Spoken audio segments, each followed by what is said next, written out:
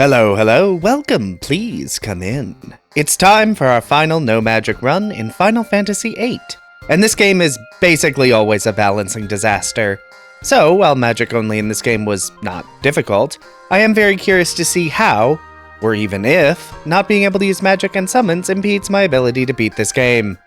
And honestly, I'm not expecting it to. But regardless, it's into the run. Start by grabbing my first 2 GFs from the PC, then head down to link up with Quistis. My first mission is the Fire Cavern, but, as normal, I have some prep work I want to get done. Much like magic only, I will be allowing myself to draw magic from monsters for the purposes of junctioning, mostly so I don't have to spend hours playing cards to get the spells I want, but I cannot cast spells, either through the draw command or the magic command. And not being able to heal with magic means I have to find an inn? Does this game have inns? I don't think I've ever had to check that. Oh, you can rest at this hotel. That's neat. There's no reason you would ever do that in a normal playthrough, but you learn something new every day. Then it's back out to the beach to fight some Fasticalans. These give a decent chunk of AP to get abilities, which I will want for the first few big abilities I will want. First up is cards, so I can card the Fasticalans to still get AP, but not experience to stop my leveling. Next up is Strength Junction, which means I can start boosting my strength to absurd levels. Basic attacks are going to be the main way I deal damage in this game, and then some Magic Refinement and HP Junction. I could spend all day learning new abilities, but honestly I shouldn't need to. Into the fight with Ifrit. Quistis deals big damage with every attack thanks to Water Junction to her attack, and Squall starts the fight in critical health, meaning he can consistently use his Limit Break. And by consistent, I of course mean twice, because that is all it actually takes. I should buy some healing items at Balum. Potions heal 200, High Potions heal 500? That would be a little concerning in any other Final Fantasy, but honestly I'm not especially concerned about it. And anyone familiar with FF8 should understand why. Let's start getting into the actual story. It's time for the Seed exam, which means Zell and Cypher join the party. Over to Balum, and then onto the ship to take us to Dalit. And the fights here are pretty simple. I mean, they aren't really intended to be difficult in any playthrough, and just basic attacks can end most fights pretty quickly. But then Cypher leaves the party, and Selphie joins up. Right up this elevator, and it's time to fight Biggs and Wedge, which isn't much of a fight. Zell and Squall both do pretty good damage thanks to Strength Junction, and then Elverit shows up. I make sure to draw Siren, and then Elverit deals some pretty decent damage. But I can pummel it with attacks and then use Squall's Limit Break to end the fight. Alright. Next is a chase away from the big mechanical spider, which gets knocked down from a handful of good attacks. I do get into fights with it a few times, but this boss doesn't actually have any significant damaging moves, and I really don't have the junctions to properly kill it. Not that it's even worth it to do so. Back to Balum Garden, where we get properly promoted to Seed and can celebrate. One thing that always surprises me about playing this game after 7 is how much the cutscene animation improves. Like, yeah, it's still a PS1 game, but my goodness, this is so much better than, well, this. Anyway, Quistis is sad, so we have to break the rules. Why is the dinosaur-infested forest not closed after curfew? That seems irresponsible. Like, no, you cannot go to the library after hours to read a book. That would be silly. Feel free to fight a T-Rex, though. Anyway, on the way out is the next boss, Grinaldo. The little guys are pretty easy to attack and defeat, and then I spend a bit of time stocking up on blinds. I will need a full stack of these for another boss fight shortly. That done, I spam attacks, and the fight ends. Get used to that descriptor, audience. I will be repeating it.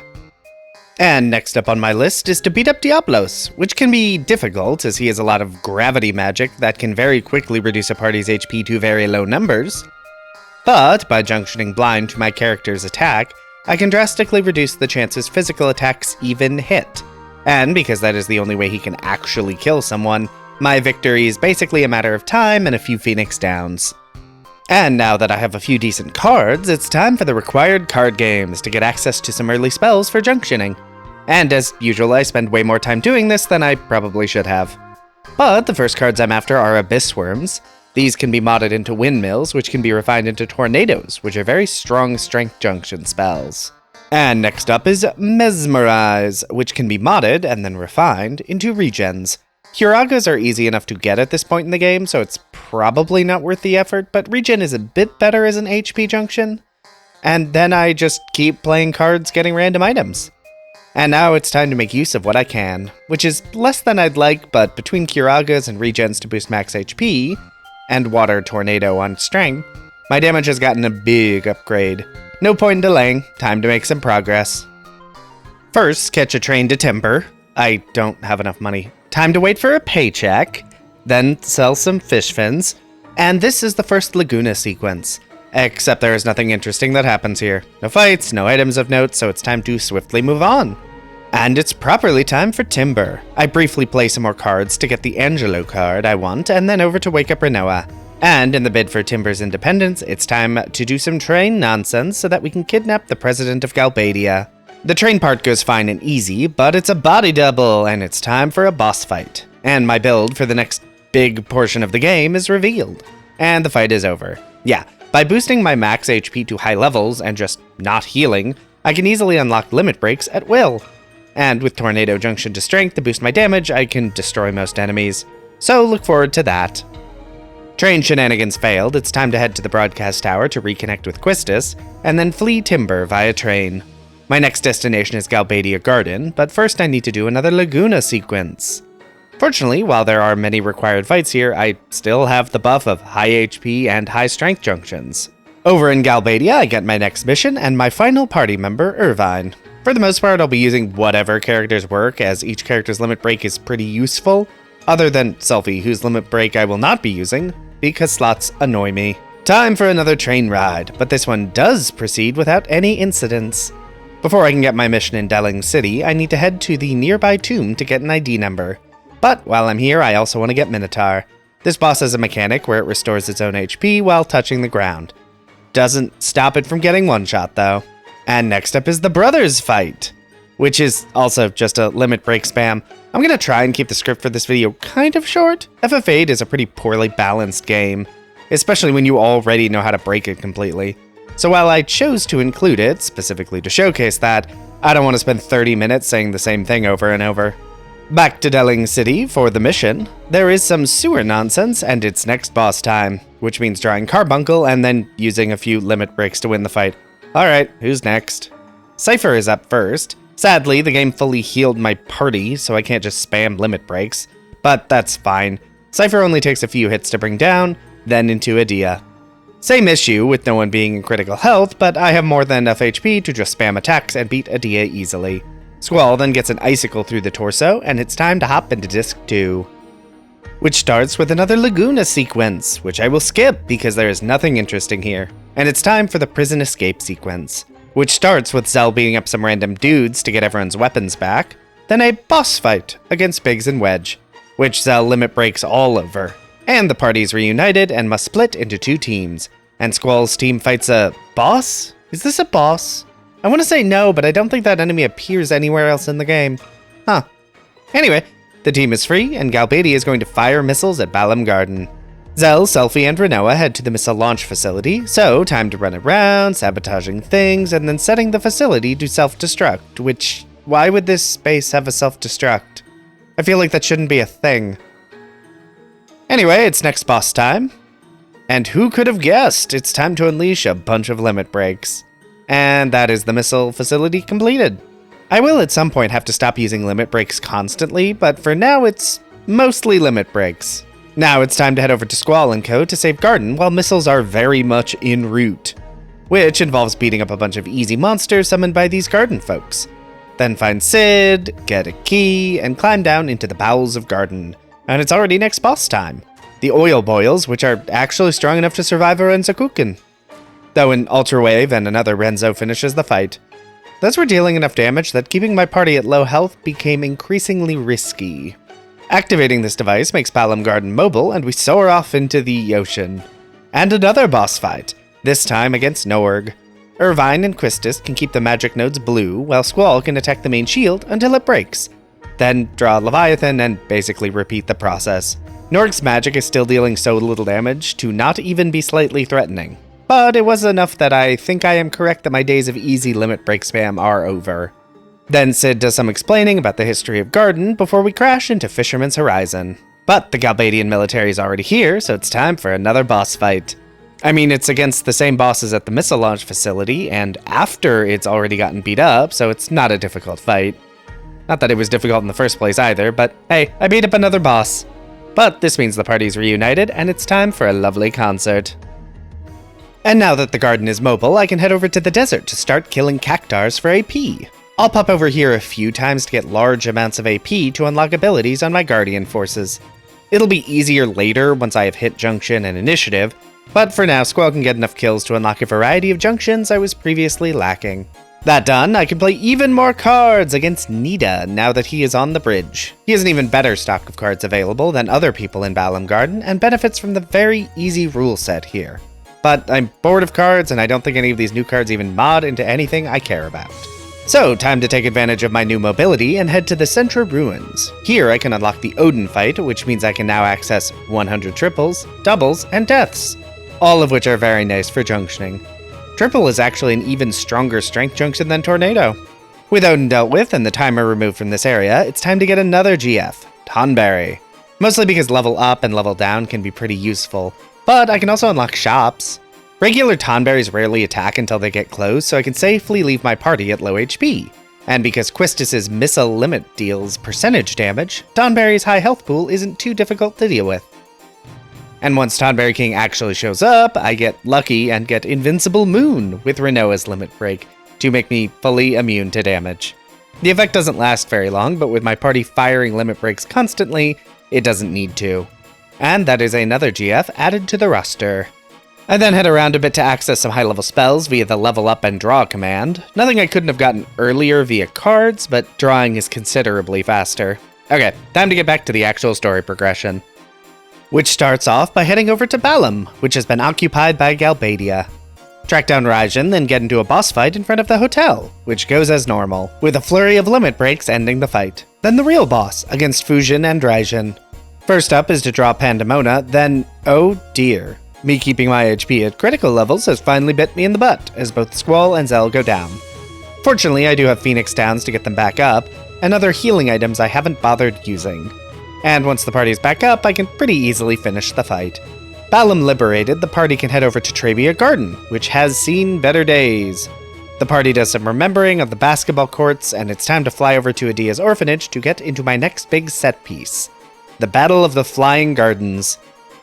Which starts by just running around a bunch. You know, I don't think I ever realized how much of this fight you spend just running around. And then do a bit of aerial combat, rescue Renoa, and it's into Galbadia Garden proper. And my first destination is the optional Cerberus boss fight, which starts and ends with a single limit break. In retrospect, I probably need to start leveling up my characters so boss stats start increasing, because this is even easier than magic only, which isn't a surprise, but still. Anyway, another boss fight, first against just Cypher, with one Renzo Kukin, enough to finish the fight. Alright, final boss of Disc 2. First is Cypher, again, who again drops in a single limit break. I can then draw Alexander and start the fight proper, which starts by Adia inflicting Curse on the entire party and dropping Renoa with Blizzaga. Okay, see, now this is something. I get Renoa back up just in time for Quistis to also drop, so I have to spend a bit of time curing Curse and getting my party back up into the fight. However, my HP is high enough that 1000 HP is still in yellow health, and once there, it is limit break o'clock. Alright, well that was Disc 2. Let's keep this train rolling. And Disc 2 starts immediately with the Laguna sequence. First, I have to fight this Ruby Dragon with a sword in a minigame that absolutely sucks. Then actually fight the Ruby Dragon. Fortunately, as per normal, limit breaks are easy to access and completely busted. Next destination is Esther, but to get there, I need to find the White Seed ship, which takes a bit less time than usual. I don't know why this place always eludes me. The ship is in the exact same place it always is. But before I continue on the way to Esther, it's time to do some leveling. Leveling will increase my stats, not by much, but it will also increase enemy and boss stats by way more. Bosses in this game do have a max level, but if I can get my party up to the level of bosses before I fight them, I can make sure I'm not getting as much benefit from my end game junctions. And with that done, I can start the actual walk to Esther and into my next boss fight. And this fight is exactly as easy as normal, because the boss is undead and can be hurt by healing magic. And the recover command deals max damage. And then another Laguna sequence where nothing interesting happens. And into Esther proper, and my first stop is the shops. I pick up all the weapon magazines, even though I barely end up upgrading weapons at all at any point, and the pet pals and fighting magazines so that Rinoa and Zell can make full use of their limit breaks later. Not that they really need to. Time to pop over to this weird place to pick up the Solomon Ring. This will let me grab Doom Train later, not that it ends up being that useful, and then the party gets launched into space. The three that remain head back to Esther just in time for the Lunatic Pandora to start flying over the city. You know, why do these idiots open this door? If they just hadn't, we had no plan B to get in there. And then we get thrown out basically immediately, so it made the whole thing absolutely pointless. And back to the party members in space to continue the space portion of the plot. And things go badly, basically immediately, with Rinoa being possessed, a lunar cry triggering, and it's time to evacuate. Squall jumps into space to rescue Rinoa, and we hop on board the convenient spaceship the plot left here for me. Very convenient. There are monsters here, but they are vulnerable to death, so who cares? And I now have the airship minus, and then plus, Rinoa. Hopping over to chat with Laguna to get him on board and get my next marching orders. But having the Ragnarok means I can now go basically anywhere, and there's a lot to do. And first on the to-do list is Bahamut's secret island. Carefully navigate the light show and face the first of many red dragons, who gets killed by Odin. Which is both convenient and not, because red dragons are actually a really great source of some very nice spells. Flare, Meteor, all very useful. Only slight downside is I had to use Level Up on the red dragon to get its best draw list. And while my entire party can absorb fire, the ruby dragon would prefer to use Meteor and Breath, both of which are non-elemental. But it's not all bad. I have Recover, which fully heals one ally, and Revive, which revives a downed ally with max HP. So getting the spells I want is more or less inevitable? I said inevitable. Alright, let's just try that again, but Junction Sleep to status attack, so I'm getting blasted by attacks a bit less frequently, shall we? And after, frankly, way too long, it's time to hop into the actual fight against Bahamut, who has full life, so hold please while I do even more drawing. And then of course back to actually fighting, which isn't too difficult. I don't have limit break spam to end the fight super quickly, but my basic attacks still deal decent damage. I also have Recover and Revive still. Oh, will a Mega Elixir cure stop? It does, convenient, because remedies do not. Bahamut, can you please stop spamming Mega Flare? It's actually dealing enough damage that I need to use elixirs, and I only have a handful of those. Oh, I guess treatment also cures stop? Interesting. I don't think I've ever really used treatment in this game, so that's new. This fight is actually a bit more work than I'm used to, but now it's over. That gets me the new GF and the Bahamut card, and we will get to why that's so funny shortly. But while we're on the acquire GF train, next up is Cactor, which requires fighting Big Cactor, which cleverly manages to always be difficult by being able to deal 10,000 damage, regardless of any other factors. Oh, right, this boss has meltdowns. Time for some more drawing real quick. So, once I have max meltdowns, I can just attack repeatedly. I do have to stop intermittently to revive allies hit by 10,000 needles, but even basic attacks deal very good damage because this boss is very weak to water. And that's another GF added to the roster. Next, I might as well get Doom Train while I'm wasting time. Getting the items needed to activate the Solomon Ring is actually kind of obnoxious, so I probably shouldn't have wasted my time. And yet I did, so that's fun. And while I'm spending time getting things I don't need to beat a game that's already too easy, time to grab all the random materials I need to upgrade Squall's weapon to the Lionheart. I could have gone for all the ultimate weapons, but the Lionheart is the only one that really makes a big difference, as it unlocks better limit breaks for Squall. But that's enough nonsense. Time to hop into the Lunatic Pandora. And by hop, I of course mean blast. And that starts with one more fight against Fujin and Raijin. And Quistis getting confused and then knocking herself out immediately is not a great start. But beyond that, they can't really do anything to my party. Next. This thing. Which definitely has mechanics. And I definitely don't remember what they are. Do you attack the shoulders? That doesn't seem to do anything. Oh, okay, that's not, ideal. How about electrocute? Not great. Maybe I should just focus fire the main body? Yeah, that'll do it. Then into the fight with Cypher, which is another nothing fight. Cypher, if you want to be my rival, you really need to be a little less embarrassing about it. Seriously, I don't think he's ever any amount of difficult. And while this final fight is longer, that's only because I don't have limit break spam. That is the weirdly placed end of Disc 3, so it's into Disc 4, and it's going to be a non-stop boss rush until the end of the game. First up is Adele, who can't deal any significant damage with her magic, and apparently Auto Junction set most of the party up to absorb earth damage, which is very funny, but nothing else in this fight is interesting.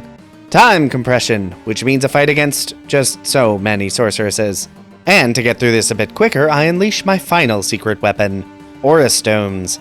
Made by converting steel pipes with Tool Refine, this bestows the Aura status and lets me just spam limit breaks.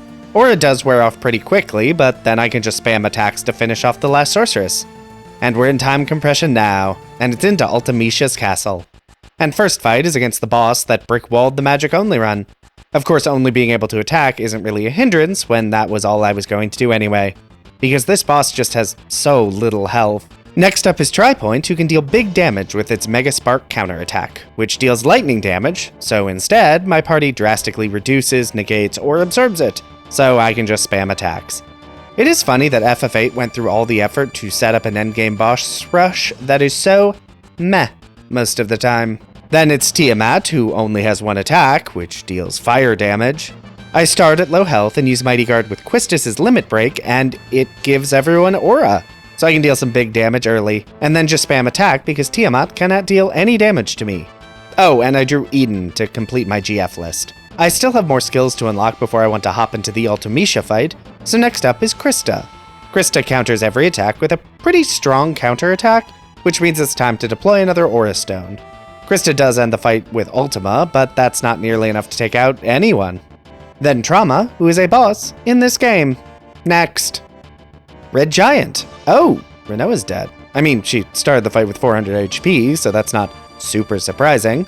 Big downside to this fight is that it is very resistant to physical attacks. It can't actually meaningfully hurt me, so I use an Aura Stone on Quistis for a change so she can spam Micro Missile. This deals percentage damage and works on Red Giant, which means shaving off thousands of points of HP until the boss is finally weak enough that another physical attack can take it out. Okay, that was a bit more interesting. I mean, really, I would have just waited down the X button and walked away for 15 minutes because there was no real danger, but eh. And it's back out to the world map to do one more leveling stint to get my party up around Timisha's max level of 65. And that completed, it's time for Timisha. First, I have to wait for it to cycle through every single party member I don't want. Then I can start deploying my Aura Stone strategy. I only brought like 20 of these, but honestly, that's more than enough. And yeah, I don't really have much to say here. Even when Phase 2 starts using Gravija to reduce my entire party's health down to a fourth, it doesn't matter. Because, did you know the Bahamut card can be modded into 100 Mega Elixirs? That's right, 100 of an item that fully heals the party's health and removes all negative status effects. Which is just wild. Bahamut isn't even a difficult card to get, and it gives you 100 of the best healing item in the game. If it modded into 10 Mega Elixirs, it would be busted, but 100? That is stupid. Oh look, Timisha's strongest attack that reduces all characters' HP to 1. Whatever will I do? She better not cast it 99 more times, cause then I might be in trouble. Except no, I won't be, because the Angelo card refines into 100 elixirs. To be clear, I like FF8. It is a fun, silly game that I enjoy, but I have played very few games that are so holistically broken on a mechanical level. And sure, Squall, use your Lionheart limit break, because that was absolutely necessary. Well, fight's over. Timisha's dead. So yeah, that playthrough went, honestly, exactly as I expected. FF8 is just such a busted game, especially when I've played through it so many times and know exactly how to break the systems completely. So no, this isn't really a challenge, and was never going to be. But I still want to include it in this series as a good comparison point. But I will have more to say about that in the summary video, out in a few weeks. I did want to shout out that I do have a Patreon, linked in the description. I spend a lot of time making these videos, so if you enjoyed the video, want to support the channel, and are financially stable enough to do so, that exists. No pressure though, this channel is free to enjoy for everyone and will remain that way. For now, if you liked this video, be sure to hit that like button. If you'd like to see more of this, feel free to subscribe. Hey, maybe leave a comment if you have something you'd like to say. But whatever you decide to do, have a safe trip home.